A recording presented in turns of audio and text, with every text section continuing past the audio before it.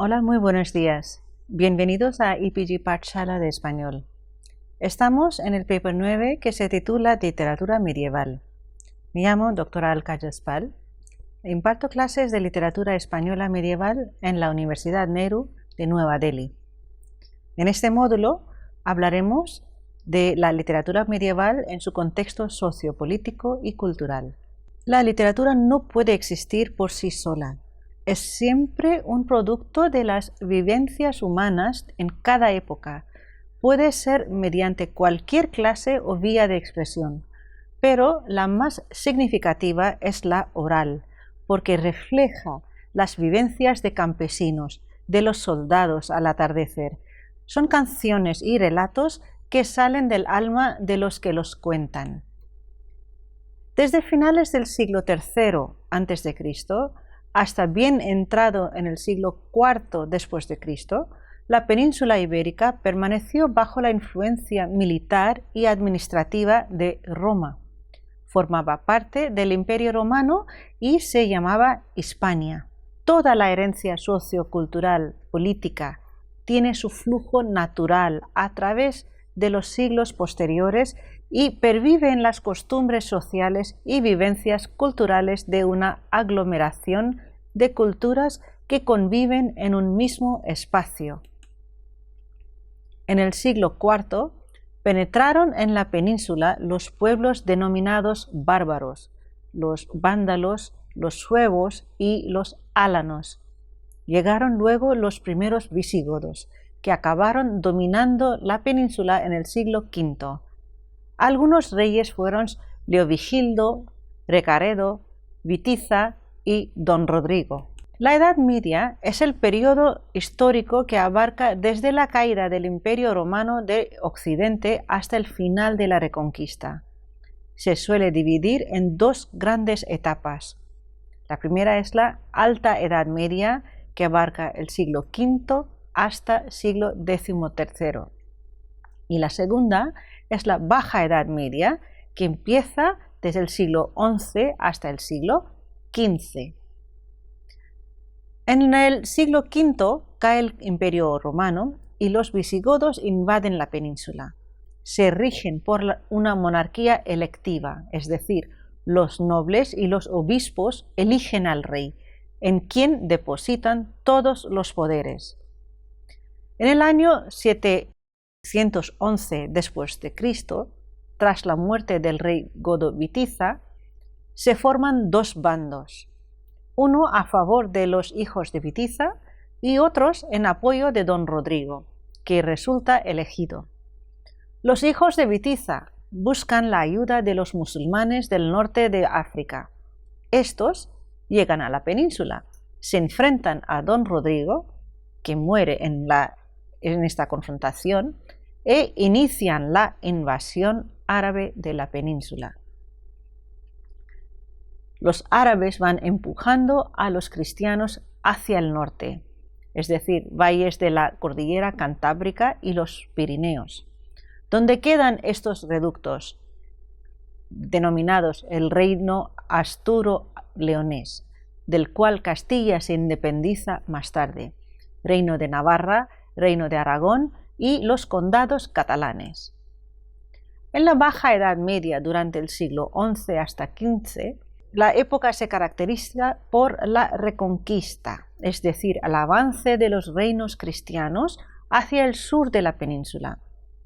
En esta época, 5 reinos integran la península ibérica: Castilla, Portugal, Navarra, la Corona de Aragón y el reino nazarí de Granada.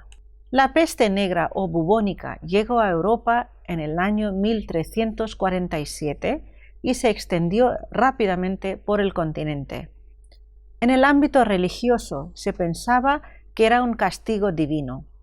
En el ambiente social desencadenó la persecución de los judíos, a quienes se culpó de envenenar el agua de las poblaciones. La Reconquista termina en el año 1492, año en que los reyes católicos Isabel de Castilla y Fernando de Aragón toman Granada. En cuanto a la situación social, La sociedad de los territorios cristianos se compone de 3 estamentos fuertemente jerarquizados. Primero, la nobleza, es decir, el rey, los nobles y los caballeros, ocupada en la lucha contra los invasores musulmanes y en la defensa teórica de los débiles e indefensos. El rey y los nobles poseen las tierras y dominan a quienes viven en ellas. El rey en principio es un noble más. Por ello son frecuentes los enfrentamientos militares entre monarquía y nobles en general. El clero, obispos, monjes, etc., encargados de difundir y mantener los ideales cristianos, enseñar el cultivo de la tierra y atesorar y difundir la cultura. Este es su trabajo.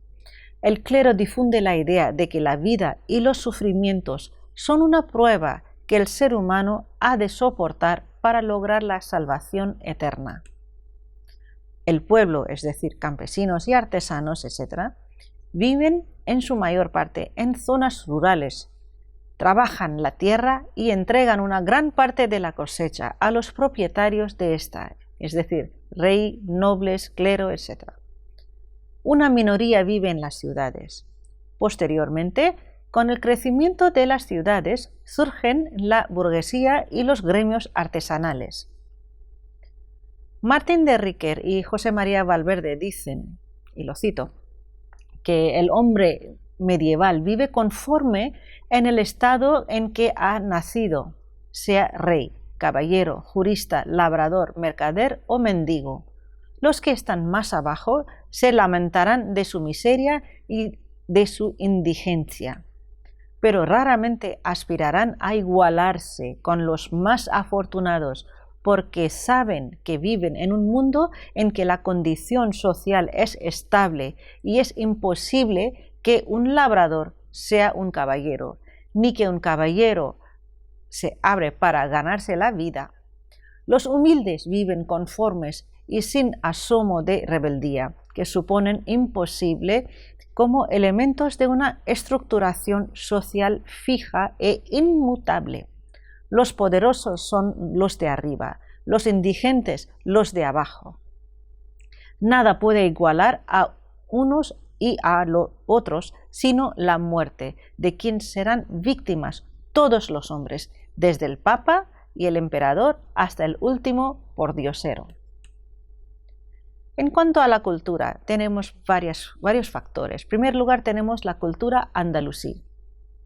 En la zona de dominio musulmán existe un gran interés por la cultura y se potencian las escuelas, donde se traducen al árabe obras científicas y médicas del mundo antiguo, griego, indio, persa o chino.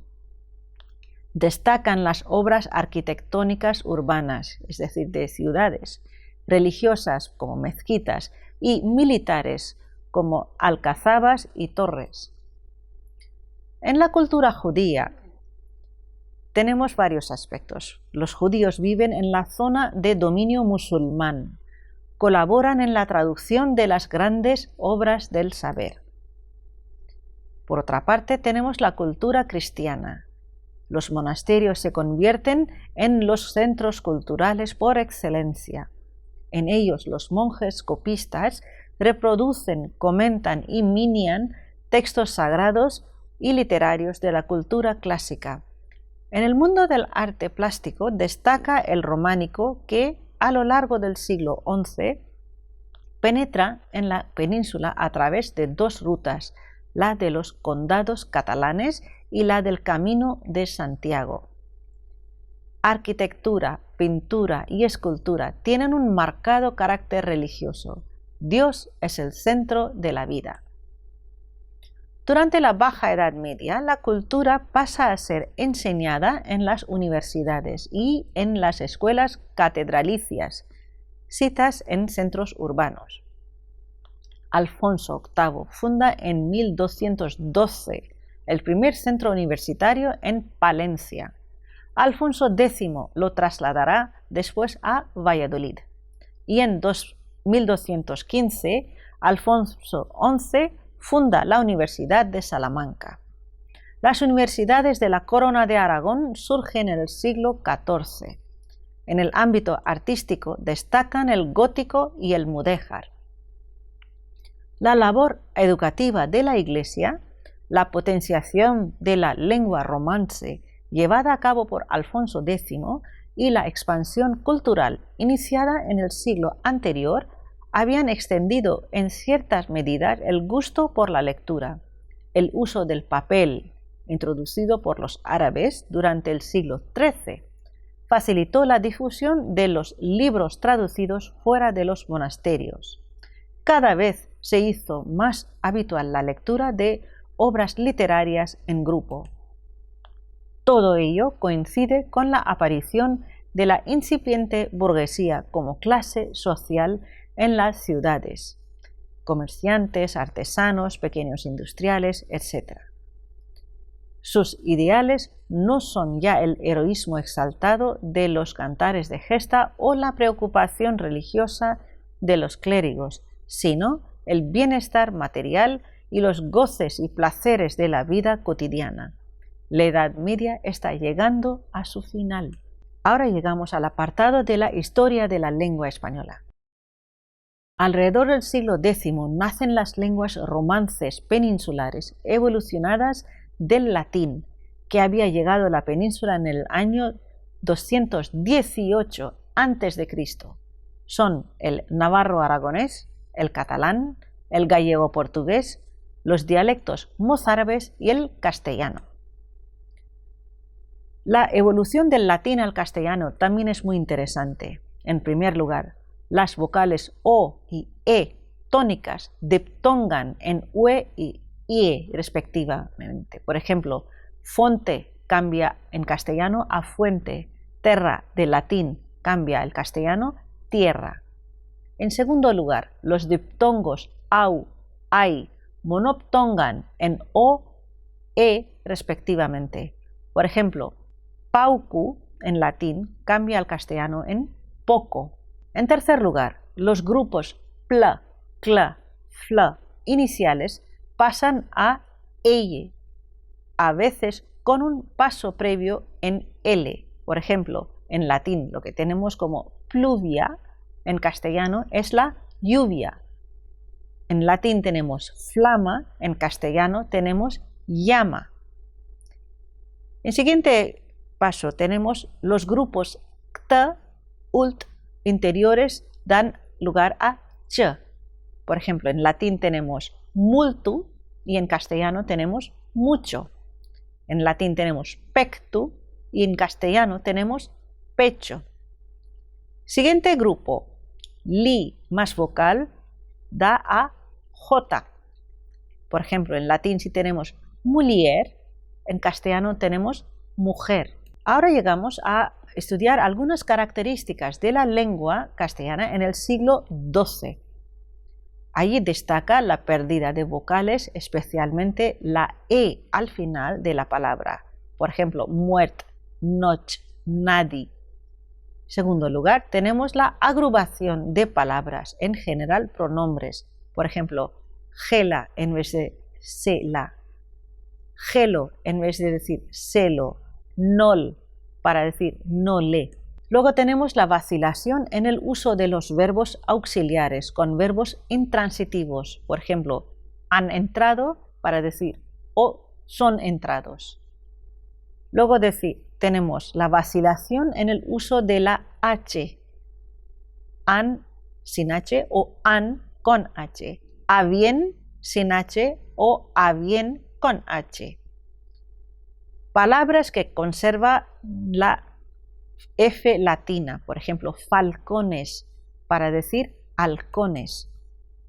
El sonido de V final de la palabra aparece pronunciado como F, nuef, para decir 9. Luego tenemos la alternancia de D o T a final de la palabra para decir, por ejemplo, grand o grand. Luego tenemos adverbios de modo fluctuantes. Por ejemplo, fuerte, mientre o fuerte mientre. términos hoy desaparecidos como finiestra para decir ventana, alcándara para decir percha, fiesta para decir cabeza, eshir para decir salir. Luego hay unos usos de ciertos latinismos, diestra para decir derecha, siniestra para decir izquierda. Uso de haber con objetos abstractos con el significado de tener, por ejemplo, haber duelo, haber sana. Ahora llegamos a algunos rasgos de la lengua castellana en el siglo XIII. Ahora tenemos frases más complejas y el uso de conjunciones como et, que, si quier, como quier. Luego tenemos el uso normal de la che y de la h, por ejemplo, sobre dicho, hecho. También hay interposición de las palabras entre el pronombre y el verbo, por ejemplo, como en la frase como me el dicho. También tenemos incorporación de cultismos latinos en textos científicos y jurídicos, por ejemplo, humido, diversificar, deidad. También tenemos formación de derivados a partir de palabras latinas, longueza para decir longitud, ladeza para decir anchura, añadimiento para decir aumento. Ahora llegamos a algunos rasgos de la lengua castellana en el siglo XIV. Ahora tenemos la tendencia a recuperar la e final, por ejemplo, para decir pude, vine, puse. Luego tenemos el uso de diminutivos en illos, illa, que provienen de iello o iella. Así tenemos palabras como castillo, Castilla. También tenemos regularización de las desinencias verbales en ian, ia, ias, para decir, por ejemplo, tenían, venía, sabías, en lugar de lo que decían anteriormente como tenían, venié, sabies. También aparecen las formas nosotros, vosotros, junto a nos y vos. Ahora llegamos a apartado muy interesante titulado Fuentes y orígenes de la lengua castellana, por supuesto. Las principales fuentes de la literatura medieval se hallan en la Biblia, en los clásicos griegos y en los clásicos de la literatura latina. La influencia de la Biblia en la literatura española es muy significante y es el libro más leído y imitado de todos los tiempos, y en esta literatura, como en las del resto de Europa, numerosos han sido los autores y obras que ejemplifican esta influencia a lo largo de la historia. Comenzando por la Edad Media, este intuyo se percibe en los primeros autos o representaciones teatrales que narraban el nacimiento o pasión de Cristo. Destaca sobre todo el fragmento conservado en Auto de los Reyes Magos. Con el tema del Antiguo Testamento, podemos citar del misterio del Adán y Eva. No hay que olvidar tampoco que la Biblia es la fuente principal de la grande y general historia de Alfonso X el Sabio. Por otra parte, también tenemos el poema de Fernán González, del Mester de Clerecía. Es el deudor de este libro sagrado. Tanto los temas de la Navidad como los de la Pasión reaparecen en el teatro del siglo XV y más concretamente en las obras dramáticas de Gómez Manrique, Juan de Encina y Lucas Fernández. Otros autores del XV, como Micer Francisco Imperial y el Marqués de Santillana, están influidos por el libro de Job y los libros sapienciales respectivamente. La Celestina de Fernando de Rojas recibió también la herencia de la Biblia. En la colección de obras dramáticas que se encuentran en el Códice de Autos Viejos del siglo XVI, aparecen temas extraídos tanto del Antiguo como del Nuevo Testamento. En el Renacimiento hay 3 autores religiosos en los que la influencia bíblica es especialmente significativa. Nos referimos a Fray Luis de León, Santa Teresa de Jesús y San Juan de la Cruz. Para Fray Luis de León, la Biblia es un constante punto de partida, no solo para las traducciones que de ella hizo, sino también para sus obras originales. Señalemos la traducción de Cantar de los Cantares, la exposición del libro de Job, la perfecta casada, inspirada en los proverbios, y su mejor obra, de los nombres de Cristo. En cuanto a San Juan de la Cruz, su cántico espiritual, una de las cumbres de la lírica universal, es una versión del Cantar de los Cantares. Ya en el siglo XVII, no es de extrañar que la pluma prolífica de Lope de Vega nos haya dejado obras inspiradas en hechos y personajes del Antiguo Testamento, como por ejemplo Job o Esther. Por otra parte, varias obras de Tirso de Molina y los autos sacramentales de Calderón de la Barca, Gómez Manrique, Juan de la Encina y Lucas Fernández. Otros autores del XV, Micer Francisco Imperial y el Marqués de Santillana, están influidos por el libro de Job y los libros sapienciales respectivamente. Como antes he dicho, la Celestina también tiene su influencia del Códice de Autos Viejos del siglo XVI. En el Renacimiento hay 3 autores religiosos. En cuanto a los orígenes, entenderemos por tales las primeras manifestaciones de los géneros literarios que después se han desarrollado en Occidente con sus rasgos diferenciales. Ahora llegamos a las influencias greco-romanas en la literatura española. Los grandes géneros literarios que hoy se cultivan, en términos generales, son de origen griego y pertenecen a una herencia griega a través de la literatura latina. Esta influencia ha hecho madurar a los géneros populares como el teatro, por ejemplo. Tenemos dramaturgos de tragedias como Sófocles, Eurípides, Homero, la poesía lírica de Ovidio, Propercio, Tíbulo, la prosa clásica de Esopo, historiadores como Heródoto, etc. Toda esta tradición influye también la herencia romana, por ejemplo, en Virgilio, César, Lucano, Salustio, Tito Livio, tanto como en los historiadores como Valerio Máximo, Quinto Curcio, entre otros. Es en filosofía, oratoria y ciencia donde destaca esta influencia en los trabajos de Séneca, de Marco Tulio Cicerón, Horacio, Lucrecio, Plinio el Joven y Quintiliano.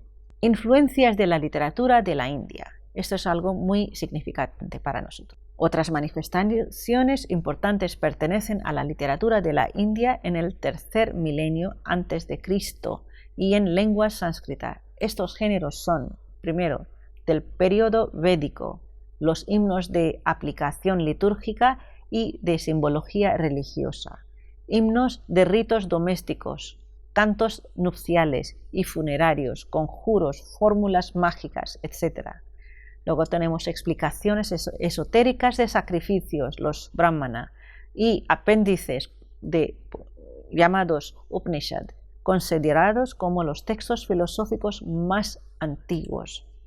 Los aforismos o los sutras sobre ritos y gramática. Del periodo post-védico tenemos los poemas épicos, a saber, el Mahabharata, el Ramayana, los Puranas o antiguas narraciones en prosa y el verso que recogen mitos y leyendas tradicionales. En tercer lugar, tenemos influencias de la etapa budista. Además de oraciones, letanías y piezas líricas breves, destaca el hecho de que en el poema épico junto a la leyenda se incorporan ya hechos históricos recientes. Luego tenemos el desarrollo de la lírica. En esto destacan el Kalidasa, Jayadev con su obra maestra Gita Govinda. Luego tenemos los apólogos y narraciones. Es el género que más difusión alcanzó y mayor influencia ha ejercido en la literatura occidental en la época medieval. Se trata de narraciones breves que sirvieron de punto de partida en los cuentos maravillosos de origen indio, difundidos por los persas, árabes y hebreos y que en la Europa medieval se extendieron a través de las traducciones latinas y castellanas. Ahora llegamos a las influencias de la literatura hebraica en la literatura española. Es la hebrea, la literatura oriental, que más influencia ha ejercido sobre la literatura de Occidente a través de las literaturas latinas gracias a la expansión del cristianismo. La influencia se percibe en las fábulas de animales de Esopo, en algunos cuentos de Boccaccio, en La Fontaine, en la primera muestra de literatura sánscrita hecha en nuestra lengua con las fábulas de Calila y Dimna, mandadas traducir por Alfonso X el Sabio, en la traducción del Sendebar, en los ejemplos de Don Juan Manuel, en el Libre de las Bestias de Raimundo Lulio, etc. La clasificación más sencilla de la literatura hebraica consiste en dividirla en dos grandes periodos: el bíblico, con el Antiguo y el Nuevo Testamento, y el periodo postbíblico, con tres etapas, a saber, el helenístico oriental, hasta el siglo X, la hispano-árabe hasta 1492, y la moderna, limitada a Europa y que comprende hasta nuestros días. En cuanto a la forma y a los estilos literarios, en la Biblia aparecen casi los mismos utilizados por la literatura popular del Antiguo Oriente. Los relatos del Génesis y especialmente la idea de la creación, la narración del diluvio, los encontramos de forma análoga en las literaturas egipcia y babilónica. De las descripciones históricas crónicas de reyes tenemos noticias en la literatura egipcia y de manera especial en la mesopotámica. Esta comunidad temática entre la Biblia, comunidad de temática entre la Biblia y las literaturas del Antiguo Oriente es muy interesante. Para concluir, podemos decir que toda esta herencia tiene su flujo natural a través de los siglos posteriores y pervive en las costumbres sociales y vivencias culturales de una aglomeración de culturas que conviven en un mismo espacio. En el año 711 después de Cristo, con el auge del Imperio turco y la llegada del Islam a la península, llega otra cultura que abre las puertas a otro mundo de saber. Lo que sí es imprescindible recordar es que la literatura no puede existir por sí sola. Muchas gracias.